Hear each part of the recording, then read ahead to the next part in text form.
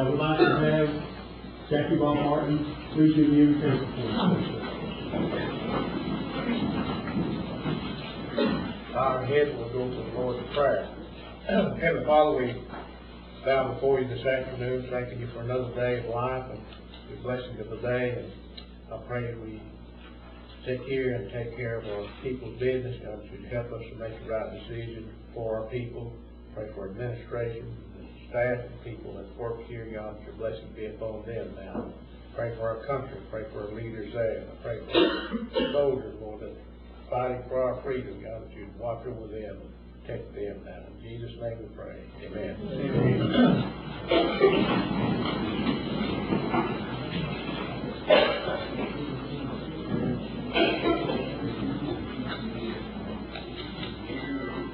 Roll call, please. Julian? Here. Bill John Becker? Here. Robert Thomas? Here. Carol Collins? Here. Joe Kitchen? Here. Mary Fraser? Here. Tom Robbins? Here. Robert Wilson? Here. William Johnson? Here. John Keenan? My name. Linda O'Leary? Jackie Bob Martin? Devon Shophouse? David Thornton? Here. Bill Jordan? Here. 1517. We have a forum. First item on the agenda is approval of the minutes of the previous meetings, December 15th and December 30th. Move for approval of December 15th. Second. Motion is made, seconded. All in favor, aye? Aye. All opposed? Motion carried. That was just for one meeting? That's the vote. No. Just one? Okay. Approval of the December 30th minutes. Second. Motion made, seconded. All in favor, aye? Aye. All opposed? Motion carried. Next item on the agenda, the state of the next address. Mr. C. Chad Smith.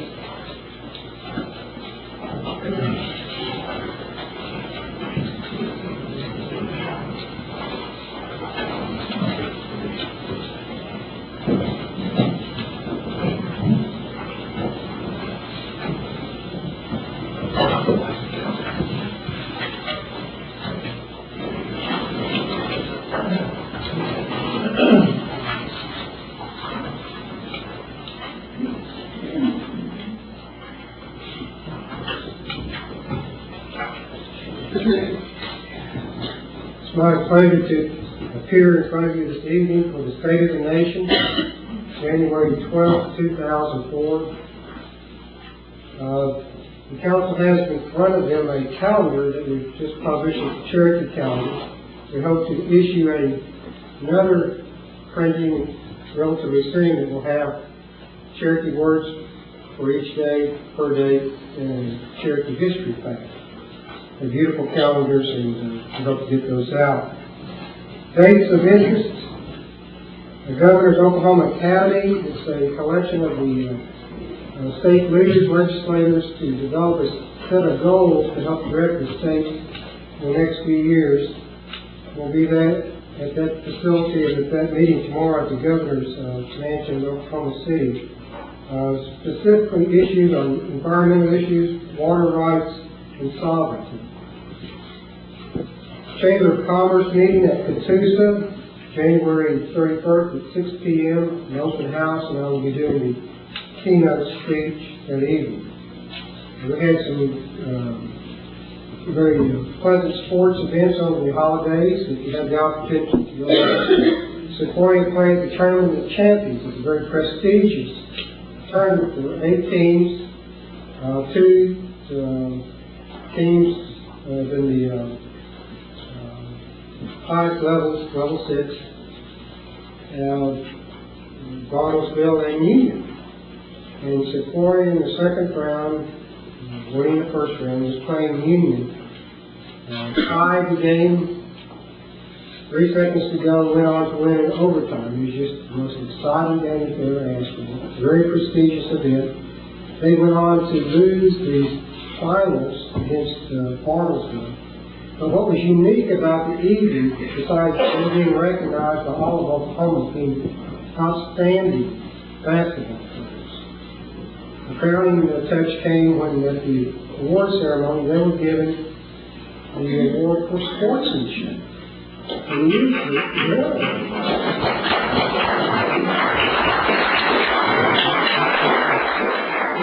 as you know, in those tournaments, many times sportsmanship is sort of a consolation prize for those who tried hard and hit 6 or 7 out of a field of 8.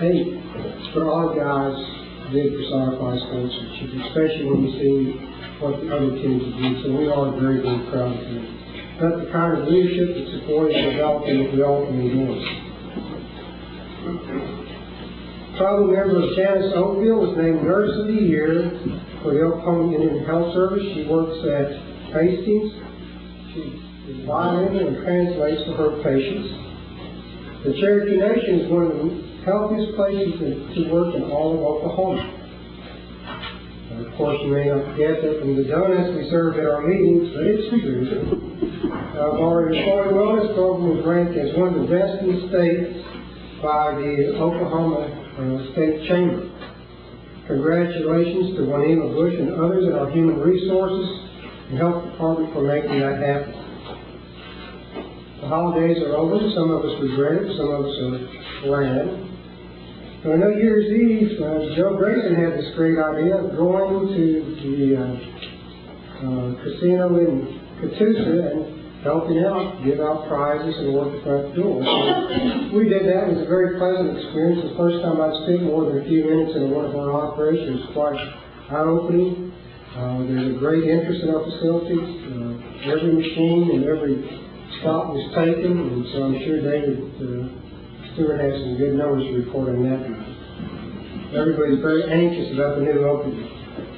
One of the things I think we all can agree on and certainly relish and enjoy was the small part that we could offer and contribute back to our services. It was called Operation Sleigh Ride. Several of you joined me in welcoming home soldiers from the 125th Battalion just before Christmas. C&E chartered buses to bring more than 600 soldiers home that would not have been able to do for Christmas. The buses went to several locations in northeastern Oklahoma and then returned the day after Christmas to Fort Sill. And some of the most moving and touching letters that my office has got is from grandparents and parents and spouses and children of those soldiers that we helped.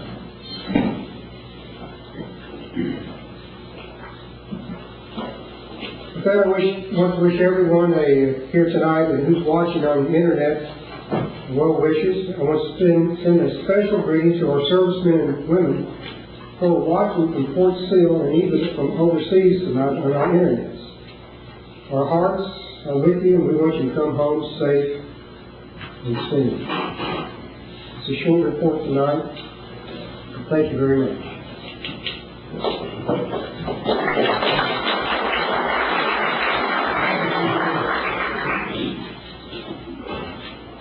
Next on the agenda is action of unfinished business. Mr. Baker, please. On the agenda of unfinished business is legislative act approving the Tribal Council General Assistance Fund. At this time, in a move of unity and tribal harmony, I would move to table this to give the Emergency Assistance Program time to come up with its rules, regulations, and see if we can truly help the Cherokee people in a timely fashion with that program before we proceed with this. With that, this becomes the motion. Second. Motion's been made and seconded. All those in favor, aye? Aye. All those opposed, no. Motion is carried. Mr. President, I'd like to make a motion that we amend the agenda and include under action of unfinished business the nomination that we tabled back in November to approve Gerald Matlock as judge to the Cherokee Nation Appeals Tribunal as item number 2. Motion's made, is there a second? Motion's made, second. Mr. President, I have a question, it's simply a point of order, and that is, it was passed after the rules committee that brought properly forward at this time. Mr. Henry, can you help me out? Thank you, Mr. President, members of the council. This issue was brought forward just literally a few minutes ago and asked if would it be proper for Mr. Matlock to be considered at tonight's meeting. And in that regard, I, along with Mr. Ragsdale, went back, saw the last minutes of the meeting, which was that Mr. Matlock was considered, and that was November 10th, 2003. Under item 9 of those minutes, considering Justice Matlock, the minutes state, Councilman Hoskins moved to table this item for more discussion at the November 25th rules meeting. Councilmember O'Leary seconded the motion. Motion carried unanimously. Upon checking the November 25th rules meeting minutes, there was no discussion or mention of Mr. Matlock. Now the question is for the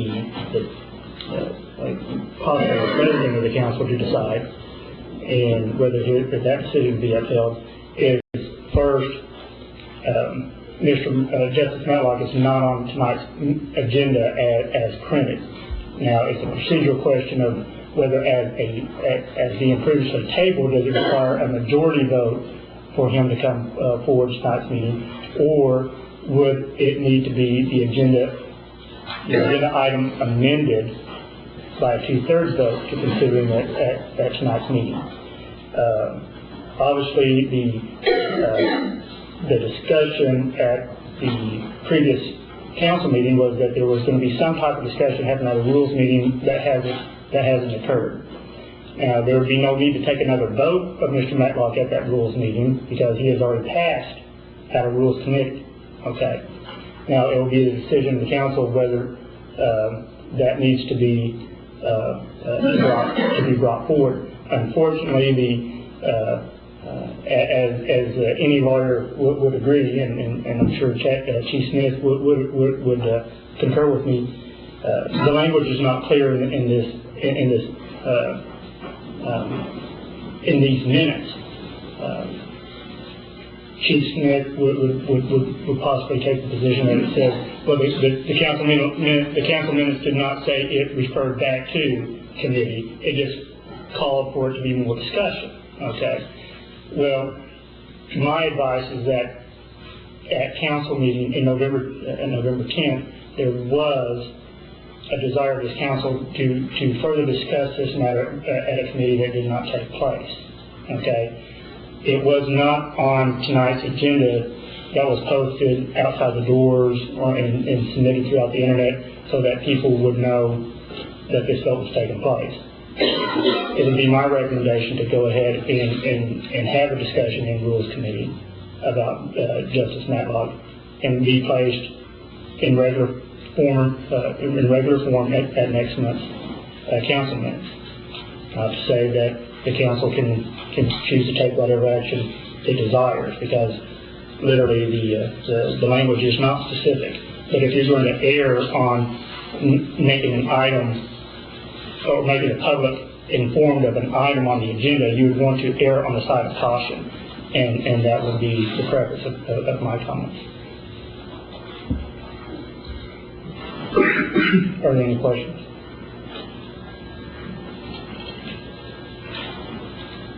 Is there a rebuttal to that statement? Mr. President, as if we confirm, can I just say a word? I don't want to argue with your counsel. I think it is a question that the council should decide. I don't think, given the fact that the committee has already voted for his nomination and credentials to the full council, it's really not that clear. But I think it is a question that the council could resolve. if they choose to do so. Mr. President, there's a motion on the table that's been seconded. We either call for discussion or call for a vote.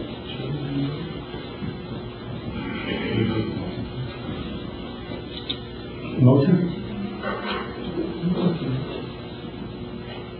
Mr. Chairman, Mr. President, if I recall correctly, the motion on the table was to amend the agenda, which would require a 2/3 vote. Now, a motion to rise from the table for Mr. Matlock would require a majority vote. Okay. To amend the agenda? Do I have a motion to amend the agenda? Was that? Yes, I make a And motion. seconded? To clarify, should it be a motion to remove from the table, or should it be a motion to amend the agenda? I make a motion to amend the agenda to include him. And it's been seconded by Buell. Seconded, you will need a 2/3 vote for the motion carried. And the yes vote is A yes vote is to amend the agenda To consider Mr. Matlock. and to consider Mr. Matlock. A no vote is not to consider Mr. Matlock and go to the rules committee. Is that? Matlock here in case anyone has any inquiries. Yes, I would hope we would. Mr. Matlock has made 3 or 4 trips here. And I would hope we would do something tonight and ease his pain. Okay, roll call vote, please. Bill Allen, Yes. Bill John Major, Pass. Arthur Connor. Yes. Terry Collins. Yes. Joe Freeman. Mary Fraser. Yes. John Barber. Yes. Paul Coffey. No, with the response that I think it does need to go back to the committee. That's all. William Johnson. Yes. Tom Keener. O'Leary. No, with comment. We come down here to council meetings repeated times, and we get blindsided by something that's on the agenda. And I think our point of order should stand.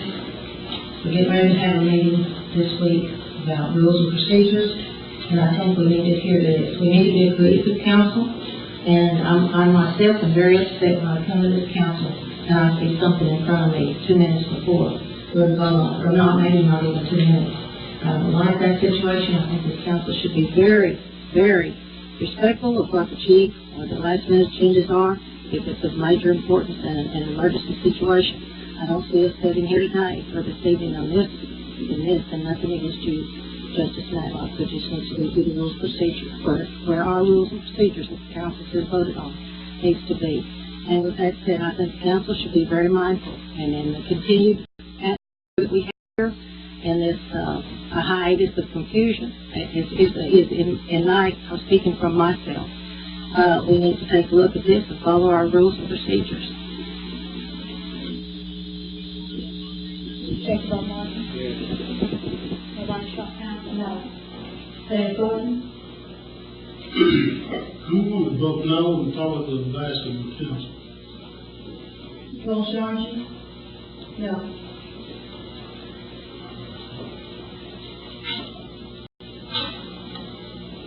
Bill Sargent?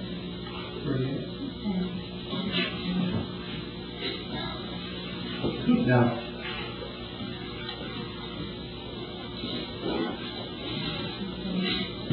The motion did not carry. Did not have the 2/3 vote. Pardon us now. Thank you. I appreciate your consideration and Thank you, sir.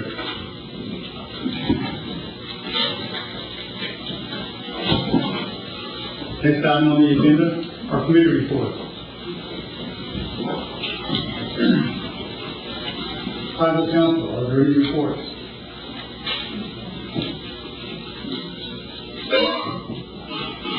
No reports? No reports?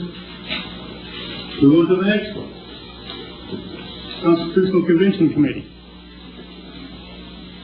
Mr. Charles Gore.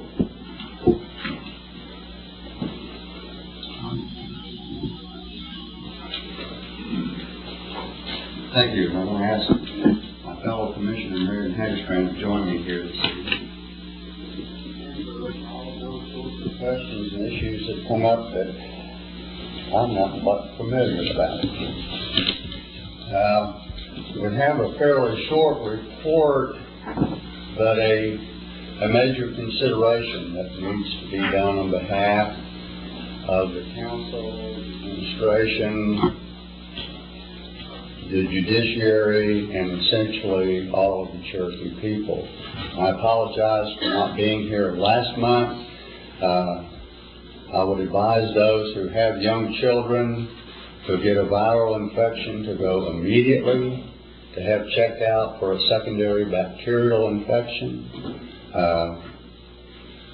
My 15-year-old son had a bout with a viral infection which dropped his white cell blood count, to let the secondary bacterial infection set in, and he's still on antibiotics 3 times a day. So if you, and I've, we hear reports at St. Francis, at Hastings, and I hear other people that are reporting that these secondary infections are occurring. So if there's a fever and another type of pain, ask them to do the secondary checks. We've been through MRIs and blood counts and all kinds of things.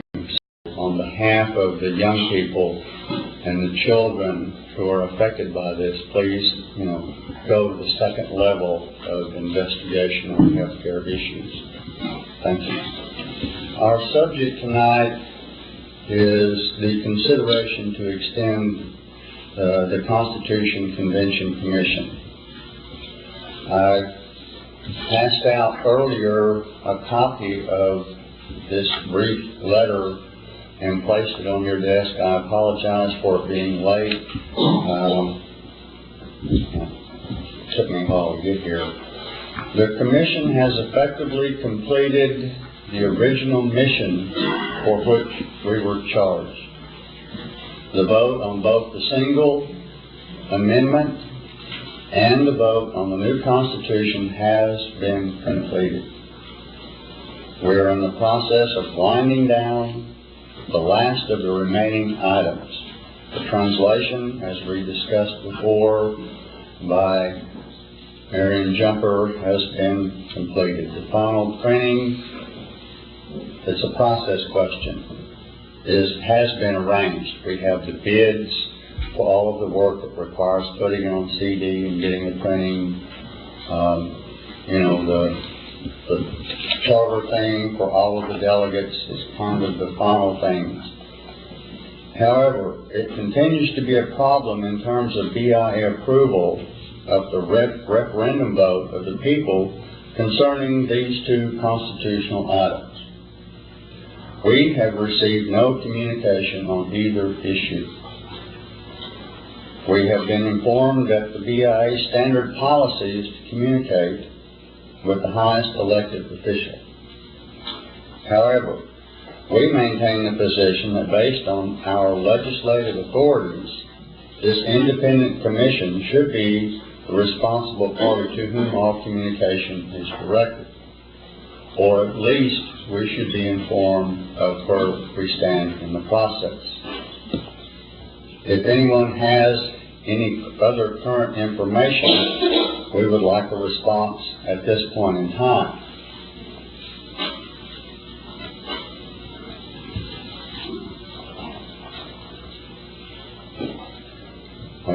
As you are aware, this commission was the sponsor of bringing the single issue amendment to a vote with an action of this council. We took on that responsibility. Based on then Assistant Secretary Neil McCaleb's letter approving a referendum vote on the single issue amendment to remove federal approval of actions and amendments would strike it from the Constitution. He's no longer there. Here's the problem. The people approved that action in the first vote.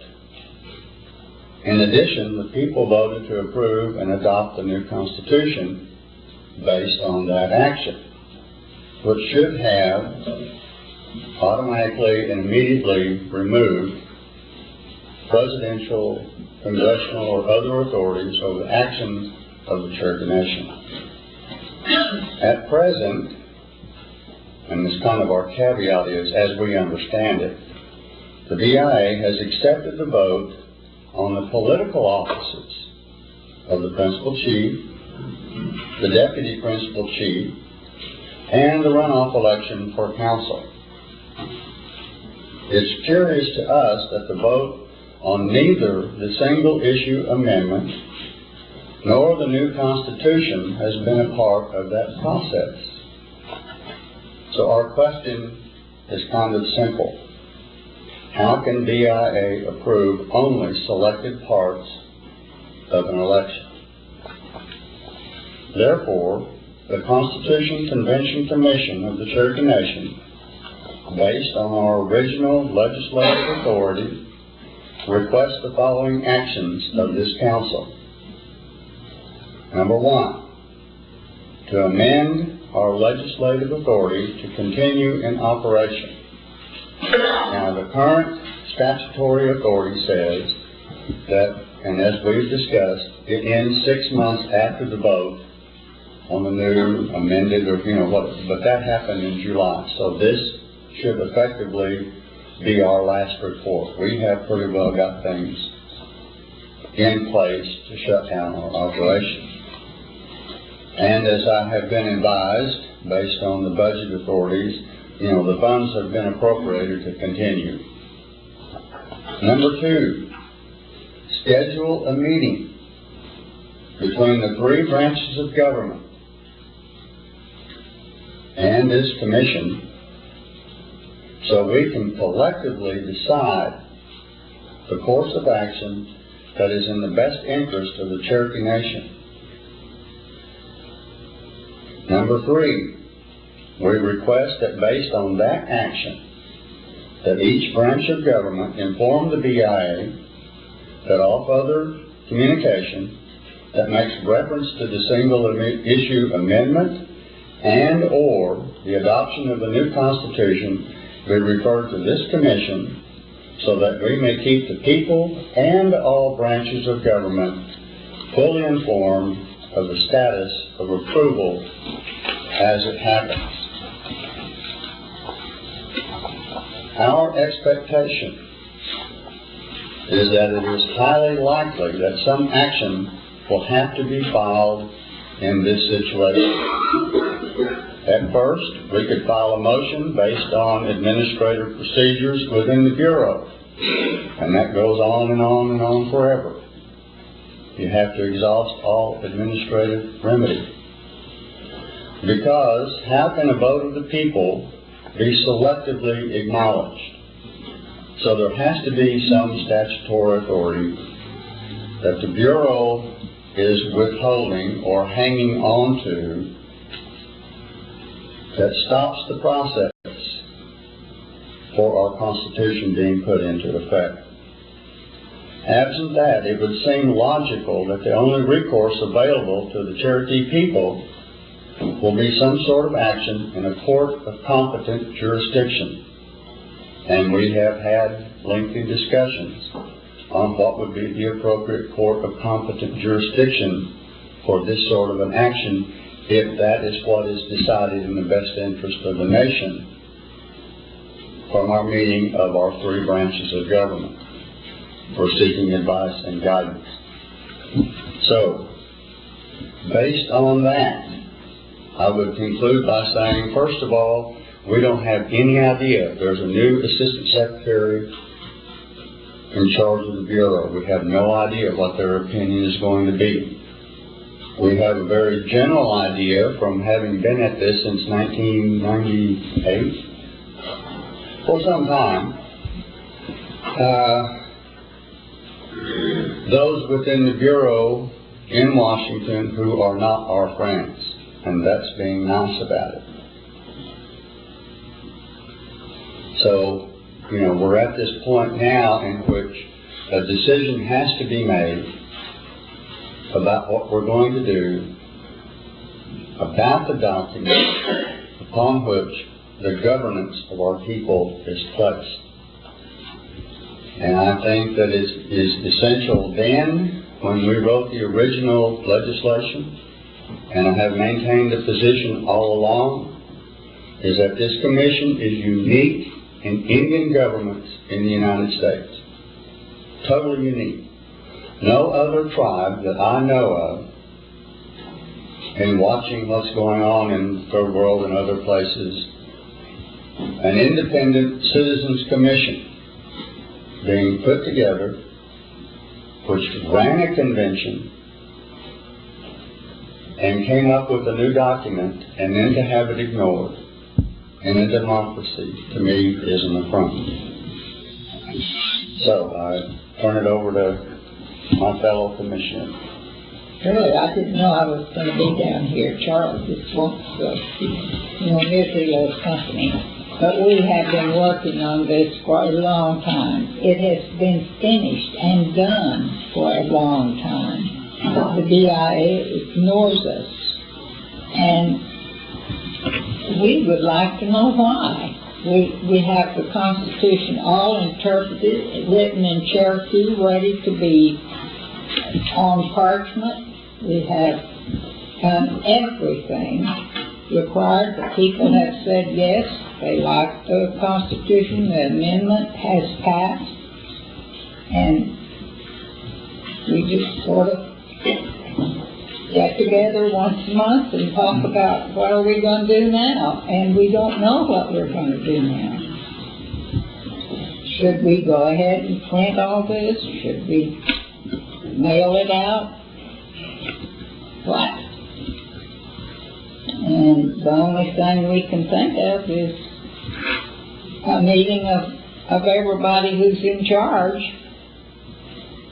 Or else I did tell Charlie I would be willing to go up to Washington and put my hair in braids and get on my and embarrass everybody. But I don't think you want me to do that. That's a nice way of putting what she said. We have a question. Yes. I was just going to suggest maybe we can pull down at the rules committee and discuss it there. Is there, if we can form a committee or something, good, and go from there. I don't know. Has anybody been in touch with the Bureau, sir? I mean, has anybody, numerous times. Our phone log is full of calling the Bureau, yes. That's what I'm saying, if anybody. And trips have been made up there. I made one trip, I think, with the CIA office. But I think, we ought to just step in the rules and go to their feet, what's been done, I don't know. Well, we're prepared to offer amendments to our existing legislation, which essentially would amend the section which deals with the commission ending 6 months after, but, to continue until some resolution is made on this. But I firmly believe, and I agree, it has to happen in the Rules Committee. And again, I'm derelict in my duty, but, I missed the last Rules Committee meeting for the reasons I discussed early on. And I firmly agree, and I would like to make, I'll conclude my remarks with that those who are watching on the internet and those who are making commentary to it, I challenge them, because I have seen it in print, that whenever Charlie Gord gets up here, he's lying to folks. And I would challenge that person who is making those commentaries to offer some evidence of proof, or come to our meetings, which happen every month, which are published, which are public. And there's never been any commentary, or never been any statements that have not been put forth, or not been discussed by our commission. And I think that's grossly unfair to the people, and to the government of the Cherokee Nation, for people to make slight and unnecessary and rude comments about an independent commission. It's not just myself, because I speak on behalf of a whole group of people. when we have been at this for a long time, and no comments that I make in public, especially this council, are not reviewed by the commission prior to comment being made. So I appreciate, and that's a wonderful suggestion. We're ready to meet with the Rules Committee.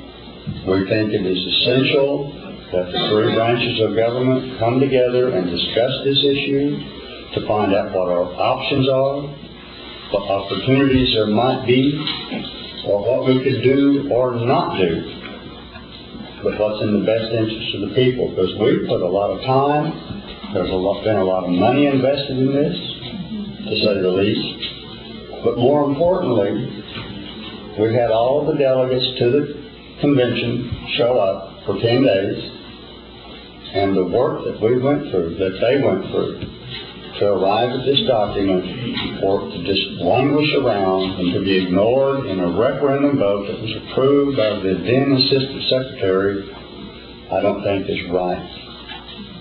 So, that's where we stand. Any other questions? Sorry. Yes. We'll be glad to know the rules agenda for January 29th. Can someone be there? Yes. Okay. Would you make all of that, please? Thank you. Any other questions? Thanks, Charles. Thank you. Appreciate your work. We see this thing come to an end. Yes, thank you.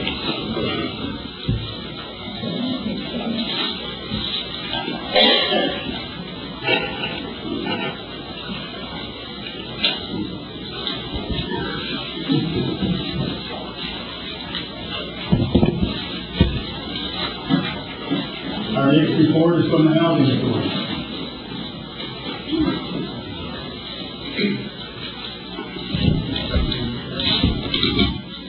Good evening. My name is Mary James. David Sutherland couldn't be here tonight. He's at negotiated rulemaking. Hopefully this is the last week of that. But he did write up a little report for me. Our regularly scheduled board meeting will be January the 20th, next Tuesday at 5:30 in our conference room at the administration building. And the board at that time will take up the issue of hiring the new executive director. To date, the board has been unable to meet in its entirety to approve that hiring. And he believes that everyone will be in attendance next Tuesday. Our annual audit is complete. We had no findings, which we're very happy about that. And we should receive that final report this week, and when they get the final report, they will distribute that to the council and to the administration. We've also advertised the sale of the 14 homes in North Tulsa. We verbally received approval from HUD. We have not received that in writing yet, but we have received the verbal approval to dispose of that excess property. And we have advertised that in the newspaper, and I think we actually got some calls on it today. We should be able to complete that sale by the end of February.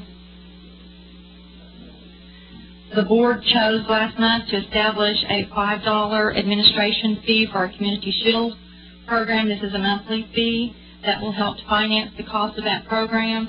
When that program was set up, that insurance that was paid for out of NAHASDA dollars up front, with people paying this back, that fee for the insurance, that it takes, we have 3 staff people. We have over 1,700 people in this program. It's a very good insurance program for families who would probably not otherwise have had insurance.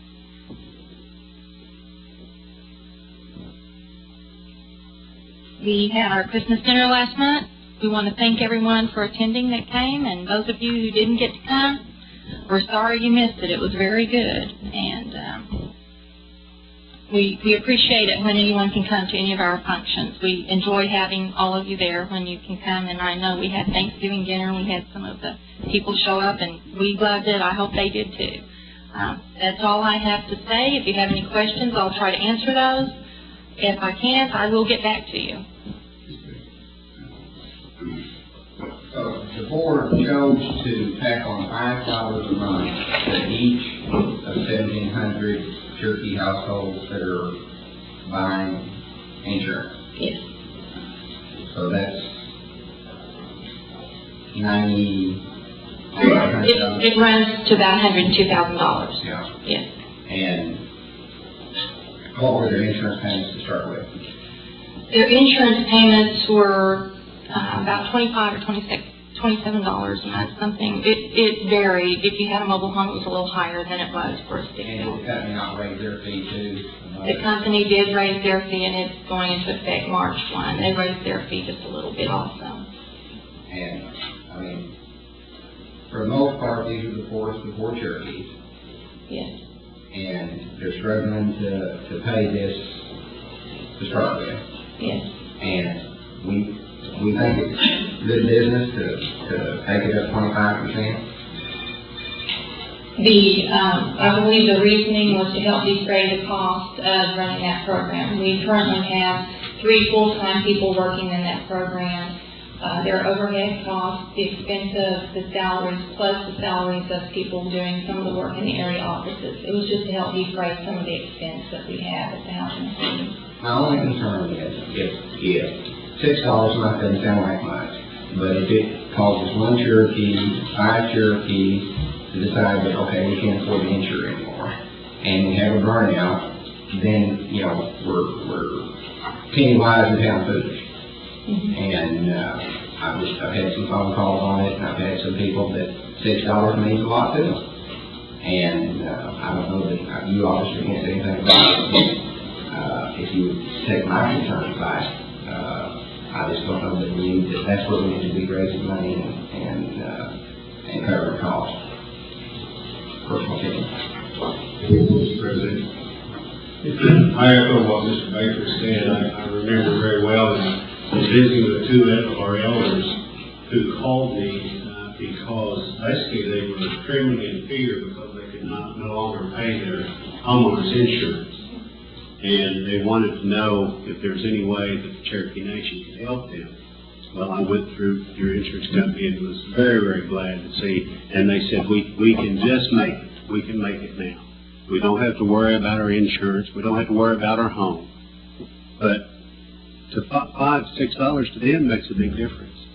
And of all the programs that we have going on right now in the Cherokee Nation, it looks like we could find some, and $100,000 is a lot of money to me, but I'm sure that there's some area that we could find to assist, because the object of it was to make it possible for people to have insurance, so we in turn wouldn't have to go in and pay for the burnouts and buy the homes and that type of thing. But so when these issues come up, I think about people who are barely making it, and that causes me a lot of concern. But I agree, Bill. I know you can't do anything about it, but I would appreciate it. I can take your concerns back to the board. Thank you. I can do that. Here's the question. Thank you, Mayor. Thank you.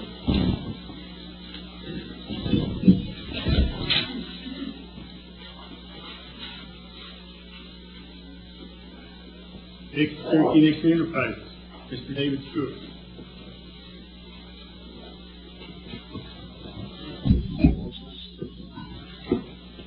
Good evening. Profitability at C&E continues to be strong. Compared to last year, for the first 2 months of operations, we are approximately 10% above where we were last year. And that's despite the fact that we did not have blackjack. So I feel real good that we're off to a good start for the year. We do expect our ending results for the year to be somewhat flat compared to last year because of all the startup expenses that we will have with the expansion. The expansion is going well. It's on schedule. We are making some modifications to the construction as a result of the new legislation that we have. So there may be some, that there will be a delay in the grand opening of September. Our new hires for December were 100% Cherokee.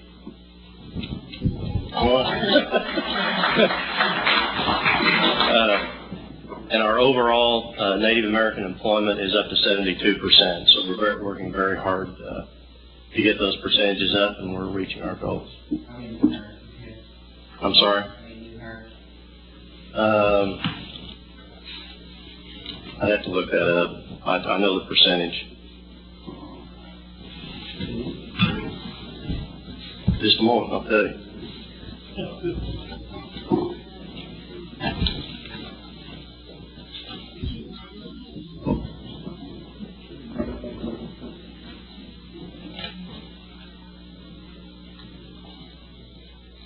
Total of 4. You gotta start somewhere. Okay. We're having our second round of town hall meetings. We had our first 3 months ago. We have those meetings quarterly. And we had our first this morning at Roland. We're going to invite all employees, and our management team visits with them and talks about what's going on with the company and hears their concerns so that we can respond. Our next meeting is at West Side Loam at 9:30. You're welcome to attend. Wednesday. Tahlequah Wednesday at 2:30. And then Catoosa 8 o'clock on Friday. And that will be held in the bingo hall. That's my report. Any questions or comments? Yes, Gary. I think it was emailed to the council late this afternoon. We emailed it to council, but it was we did not email it to the council members. So, council, I mean legal. So we did email it today, I believe, to the. Mr. Gordon? David, I'd like to schedule the meetings about this for the council. Okay, we'll do that. Also, I'd like to know where we are on the Tahlequah facility under the casino. The Tahlequah facility, we've had somewhat of a delay in a legal issue regarding title that our gaming commission has raised, and I believe we have resolved that issue, and we are proceeding to obtain quotes for the construction and so on. So we are proceeding. We did have somewhat of a glitch with the gaming commission. I believe we've resolved that, and that will be concluded at the next gaming commission meeting. Also, to commend you on the meeting today. I thought it was very helpful to the voters. You give out a lot of information. Thank you. I appreciate it. Very helpful. Thank you. One of our corporate initiatives for this year is to empower our employees and communicate better with them and to have them more involved in the company. Our motto is that happy employees make happy customers and so on. So it's a corporate initiative that we're going to continue to try to improve on. Here's a question. Thank you. Thank you.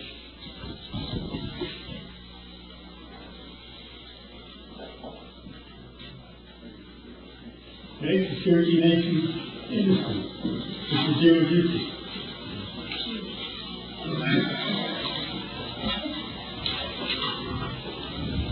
Good evening, Principal Chief Smith, Deputy Chief Grayson, members of the council. Cherokee Nation Industries sales for the month of December were about $8.1 million. This is about an 83% increase over last December at this time. Sales for 6 months ending in December 31st were $44 million, or about 62% greater than last year. Profitability for December is $112,000. For the first 6 months is $1.3 million. Our bookings, new business bookings for the first 6 months are in excess of $90 million. We have been asked by a group that handles the medical for retired military personnel to assist them in administration of claims. To put it mildly, I am brief and just overly excited about this. Their annual budget, and I don't know, Champus is used to be the group. Today they've got 3 different names, but anyway, they operate on a $6 billion a year budget, and so if we get any percentage of that at all, it'll be something significant. I did report earlier that we lost the dental contract in Europe. We are on our 3rd extension. We've got another 6-month extension for the dental contract. It appears that the Chickasaws, the ones that won that contract, are having a hard time fulfilling the contract. So they continue to give us extensions, which is kind of interesting. Our services business has been growing at about 10 to 15 people per month. Our telecom business has picked up significantly. We have about a 300% increase since the same period of last year, and we're being very cautious, as I don't believe this increase is going to continue at the same level it has been. Other groups are on budget or slightly behind budget. However, we continue to expect to be pretty much on budget, the budget that I presented at the first part of our fiscal year in July. CMS, we have a Cherokee Medical Services. We just received approval for our 8A certification. This is Cherokee Medical Services. It's a LLC, and it's our second 8A company. So we have two 8A companies in place now, both C&D and CMS. At the same time, I'm in the process of trying to switch C&D, Cherokee Nation Distributors, into an LLC. And the reason I'm doing this is really for tax purposes. Our next board meeting is January 29th at 9:30. We did have Mr. Thornton join us last time, and I appreciate that. I don't have anything else to report. Any questions?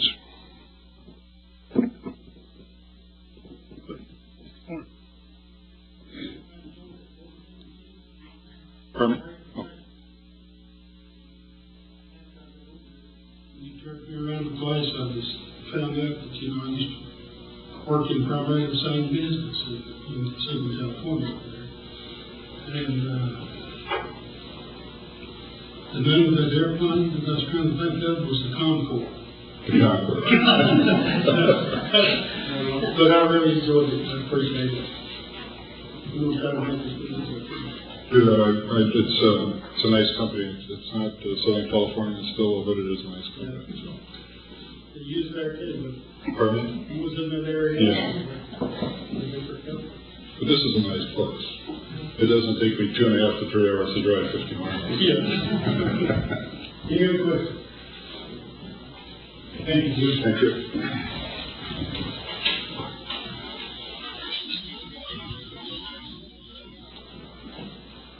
Next item on the agenda is new business.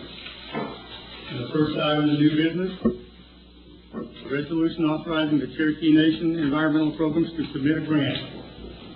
And it is Melanie Stockhouse.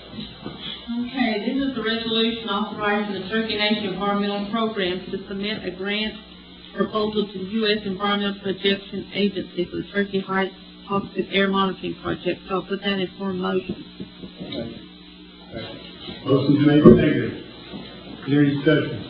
All those in favor, aye? Aye. All those opposed, no. Motion's carried.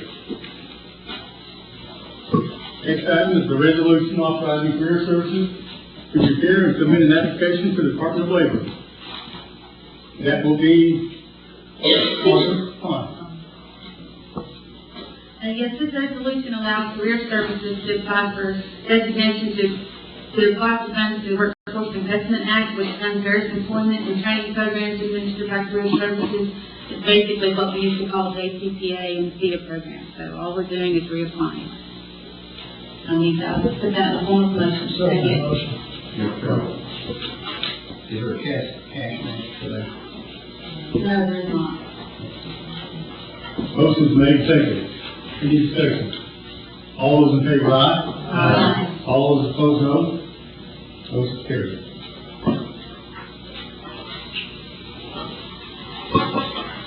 Item number 3, a resolution authorizing submission of a loan application to USDA. Mr. Baker. Yes.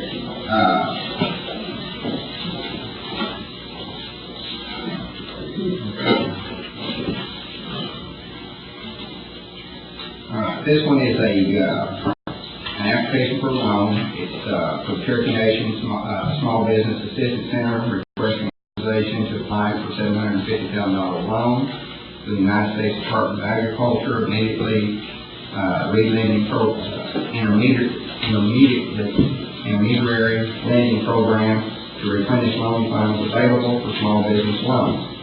It does require a $517,700 cash match, for the submission of the application on behalf of Cherokee Nation USDA renaming program, and authorizes the principal chief and his designee to sign documents concerning the loan. I put that in form of a motion. Second. Motion's made and seconded. Any discussion? All those in favor, aye. Aye. All those opposed, no. Motion carries.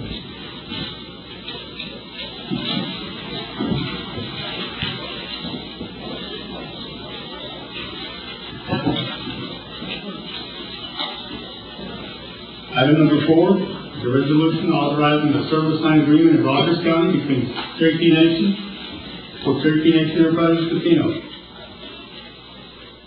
Councilman Martin. The attached resolution authorizes service line agreement with water between Cherokee Nation and local natural gas to serve the Cherokee Nation Enterprise Casino. Any questions, Mr. Stewart's already left that, but I'm going to move for approval. Second. Motion made and seconded. All those in favor? All those in favor, aye? Aye. All those, no? Yes, sir. I would like to amend the agenda at this time, if I possibly could, due to an oversight, an act amending the Legislative Act 3003, authorizing the comprehensive budget for fiscal year 04, Lot 3, and declaring an emergency. Basically, it's already come to the council, or through the executive finance. It basically is pass-through funds of $41,619 for the construction of the Veterans War Memorial. I put that in form of a motion.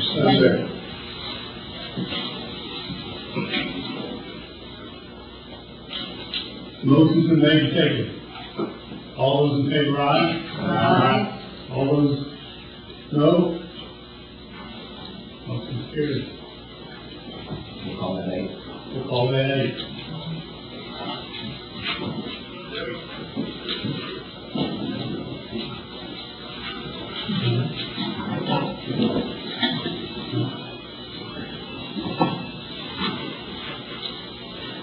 We will move on to item 5. Incidentally, number 4, motion is carried. A resolution confirming the nomination of Sally M. Catcher as Secretary Treasurer for Cherokee Nation. Ms. Fagan. This resolution is to confirm the nomination of Sally Catcher as Secretary Treasurer of the Cherokee Nation. Ms. Catcher is very much qualified to serve in this capacity, and she is here if anyone has any inquiries of her. Mr. President, I had discussion, I'll certainly wait for a motion in a second. That's in order, or I can ask a question. Christian, please. And I do not question Callie's ability whatsoever. I support her 100%. I do, however, question whether it is legal under our Constitution to have one person filling both the comptroller's position and the Secretary Treasurer's position. Do you agree with me?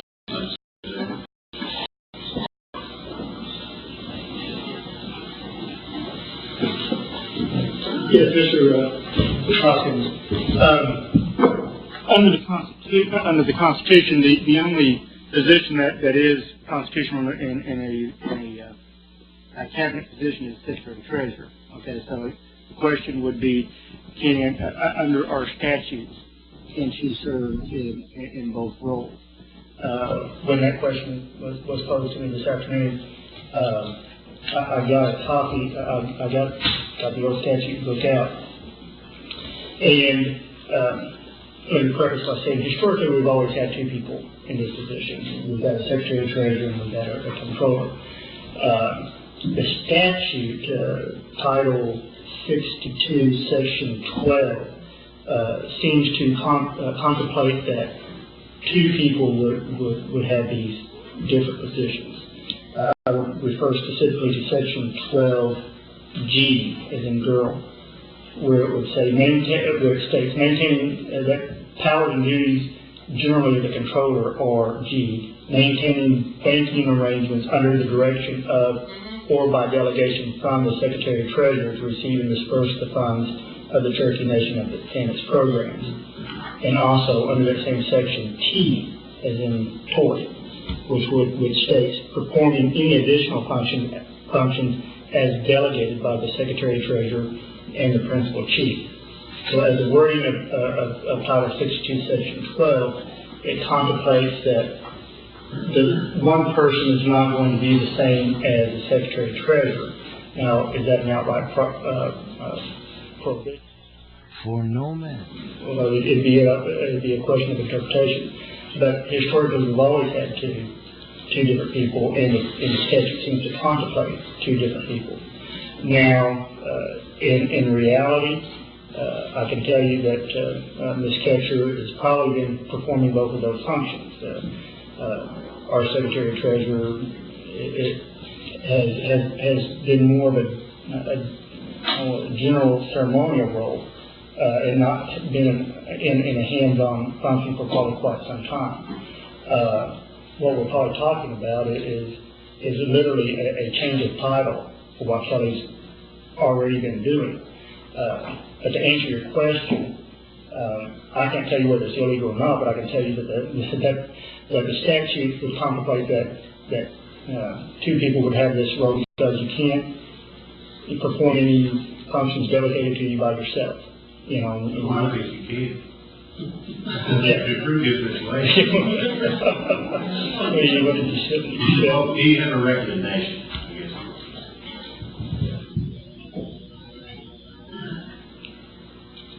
My recommendation would be that if to go ahead to take a vote on the confirmation one way or the other, that if she is confirmed, that we highly recommend that the controller office be filled or eliminated,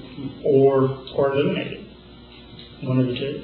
Or we have positions in the statute that have not been filled. For example, Attorney General is in the statute that's not been filled. You know, you can go ahead and take a vote, and if she's confirmed she's Secretary of Treasurer, you have a vacant office of controller, and it would be up to the Principal Chief whether to fill that office or not. Thank you, Tom. Mr. President, I'd like to make a motion confirming the Treasury Secretary. Motion is made, seconded. All those in favor, aye? Aye. All those opposed, no? We have Secretary of Treasury. Thank you.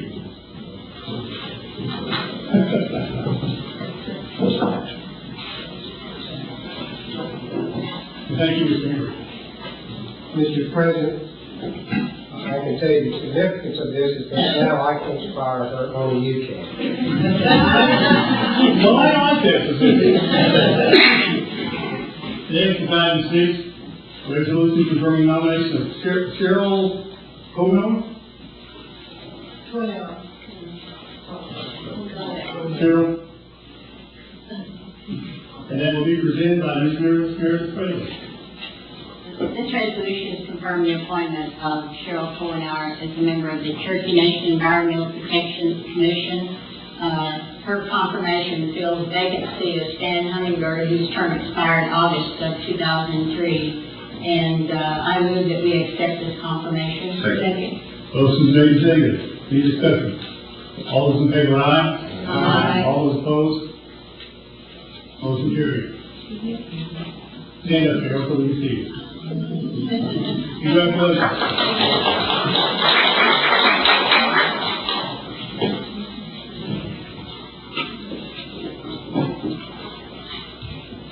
Next item on the agenda is item 7, the resolution and a legislative act revising Title 26, election. That was presented by Ms. Fraser. Mr. President, it has come to my attention that the Cherokee Nation is going to have community meetings, will have community meetings explaining the Cherokee Nation and from members of the Cherokee Nation in the particular district. Based on that commitment, I would move that we table this until these community meetings are completed. And if there's any questions about it, Chief Smith, would you like to expound on that?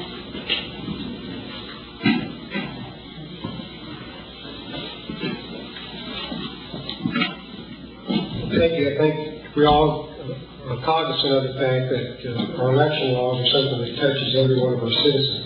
And such a monumental issue, I think it's prudent that we take a little time and visit with each of our communities, brief them on the election law, ask them for any changes or issues that we may have overlooked.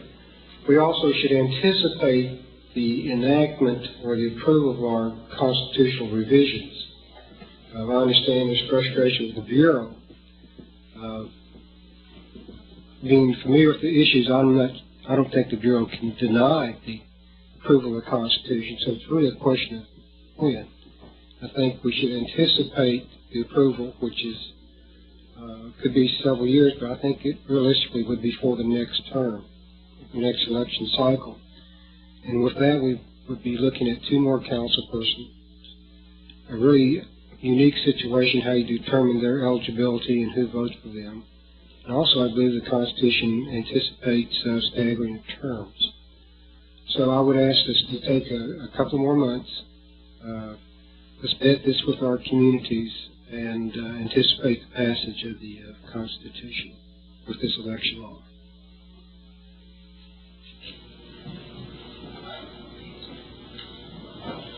Mr. President, I move that we table this until these community meetings are completed. Motion made, second. All those in favor, aye. Aye. All those opposed, no. No. One no.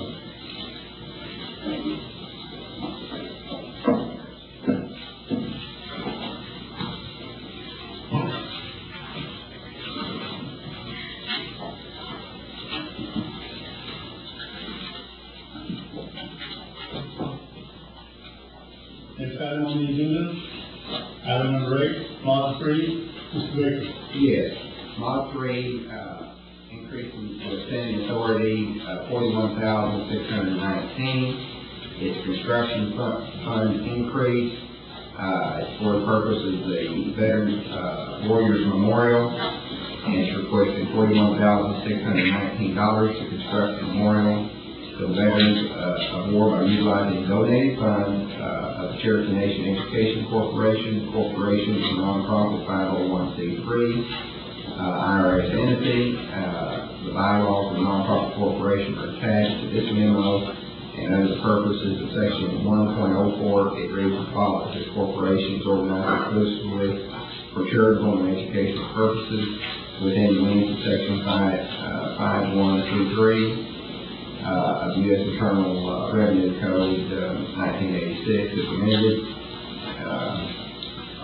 It goes on to say that we do it, and that's what they're getting money for, and I move for its approval. Motion made, second. All those in favor, aye. Aye. All those opposed, no. Roll call. I'm sorry. That's it. I didn't have my glasses on. Bill Allen? Yes. Bill John Baker? Yes. Barbara Clark? Yes. Sarah Towns? Yes. Joe Christian? Yes. Janet Fraley? Yes. John Gladden? Yes. Charles Foster? Yes. William Johnson? Yes. John Keenan? Yes. Linda O'Leary? Yes. Jacob Bob Martin? Yes. Melvin Shoptaw? David Gordon? Yes. Bill George? Yes. The vote was unanimous, motion passed. I very much encourage every one of you to buy a drink for your family. All the members of your family that served in the armed forces, I encourage you to buy a drink. This way you'll know forever who has protected the Cherokee Nation. Any announcements? Ms. Keller. Thank you, Mr. President. On February 8th, Rogers County will be having a community meeting from 2 to 4 p.m. at the Claremore Senior Center on Missouri off of Main Street. And the primary topic is veterans and the services that we provide to the Cherokee Nation, as well as Veterans Affairs and local resources. And also we'll be adding on Norma Merriman or someone from our office will be talking about the general assistance program and how folks can access those services now. And then on February 26th from 6 to 7 p.m. and the location is to be announced, Amarin Insurance that we keep talking about through the Housing Authority. They're sending an official to Rogers County from Amarin directly to talk to my constituents, and everyone from the tribe is welcome to attend. And if somebody else on the council wants to get in contact with my person, I'll be happy to share that with you so you can set up something locally. So that's February 26th from 6 to 7 p.m. Thank you. Mr. Gardner. Mr. President, as you know, we work every day. On February the 16th, the council has to work. But the Cherokee Nation has a holiday, so I make a suggestion that we change our council meeting from the 16th to the 17th, one day later. That way we won't mess up the Cherokee Nation holiday. I know the council people have to work every day, but to be good to the Cherokee employees, I'd suggest we schedule the council meeting on the 17th of February. Second. Motion made, second. I don't know if the motion is properly on the floor, but I'll certainly second. We will approve that it's in second. All those in favor, aye? Aye. All those opposed? Mr. President? Sir. Since we're taking a motion, we discussed we just passed some funds to the creation of the Veterans Memorial, and I'm a veteran, I'm not speaking for myself, but I'm saying that, every time that I see something that honors veterans, there's money attached to the veterans. They have to buy a brick. Why can't we buy their brick? If they're a veteran, why don't we donate a brick to recognize their service and not have to have them pay anything? You have a motion? I'll make a motion. Mr. Hoskins, I'll be coming back and asking you for money. What brings the veterans? I understand. I wasn't saying that I know where the money's coming from, but I'm just saying, every time I see something that recognizes veterans, there's some kind of pay attached to it. Well, actually, the proposal to sell bricks actually came from the Veterans Office, and I think part of it is that each of us would like to take something out of our own pocket of value to memorialize our loved ones who did. And I can tell you, it's a $260,000 project. The contribution portion, which is phase one, is about $50,000. When that's done, we will anticipate asking the council for the money to finish it. So there's going to be ample opportunity for the tribe to make a substantial contribution to this memorial. So, it seems like we always follow what other folks do, and we're on a mission.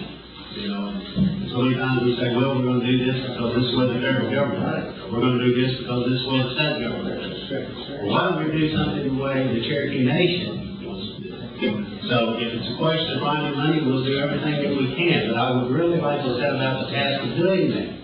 And saying, if you're a veteran, you come in and you bring that DD 214, which proves that you were brave enough or whatever reason to join the military, and we'll put your name on the brick. But I think we should stick to the rules this time because I'm a veteran. And I've made a motion to second. Thank you, Mr. President. Motion made, second. All those in favor, Would we not have to suspend the rules because it hasn't been through executive and finance committee? It's a financial issue.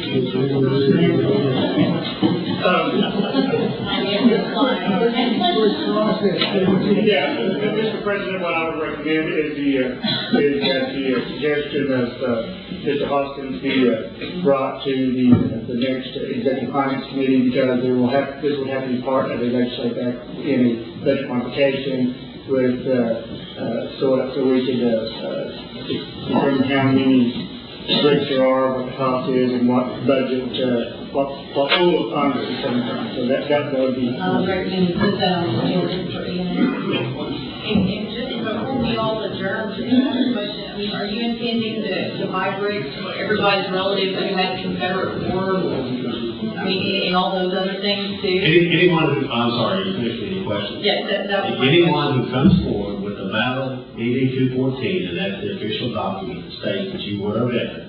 Those are the individuals. I don't know if they're going to be Confederate, Union, or whatever. I'm just saying, that's an issue we can finalize. But again, the point is that we always ask veterans for something. They've already given something.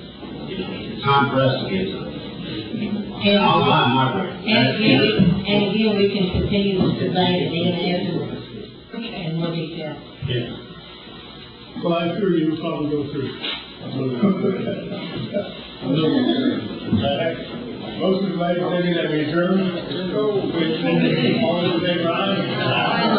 All opposed?